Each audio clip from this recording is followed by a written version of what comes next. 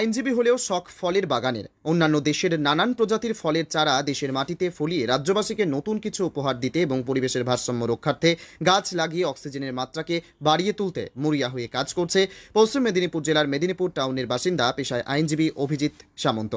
ব্যক্তিগত ব্যস্ততাকে খানিকটা দূরে সরিয়ে ব্যক্তিগত শখ পূরণ করে খানিক আনন্দ পেতে খরচ করে হাজার হাজার টাকা সেই সুসজ্জিত সুন্দরতম বাগানে রয়েছে ভারতবর্ষের জনপ্রিয় একটি আম মিয়াচাকি, যার জন্ম জাপানের মিয়াচাকিতে। ফলে তার নাম দেওয়া হয়েছে মিয়াচাকি। রয়েছে বিভিন্ন রকমের আপেল গাছ, রয়েছে আঙুর, কিছু আপেল গাছ আছে বিভিন্ন ভ্যারাইটির, আপেলও ফলেছে। কিছু বেকার ছেলেকে আমার অবসর সময়টা উদ্বুদ্ধ করার মূল উদ্দেশ্য, তারা যদি বাণিজ্যিকভাবে আপেলটা কিছু পড়ে থাকা জমিতে, কালাবাড়ি যেটাকে আমরা গ্রামের ভাষায় বলি, তাতে যদি লাগায়, সুন্দর আমাদের 45, 48, 50 ডিগ্রি টেম্পারেচারে সুন্দর ফলন হবে। আমি ছাদে লাগিয়েছি, আমারও ফলন হয়েছে। আগের বারে ফলন হয়েছিল কম, এবছর একটু বেশি হয়েছে। আমার 3টে গাছ আছে।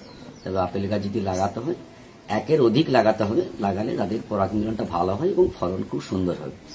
এছাড়া রুদ্রাক্ষ আছে, আঙ্গুর আছে, কমলা লেবু আছে, মৌসুমী লেবু আছে, চেরি আছে, আনারস আছে। আমরা এমনি বাড়িতে লাগিয়ে রেখেছি, আমি টবে লাগিয়ে দেখলাম, ফলনও হয়েছে খুব সুন্দর।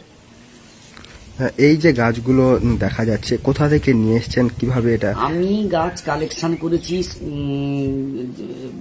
হিমাচল প্রদেশ থেকে, কালেকশন করেছি আপেল ভ্যারাইটি।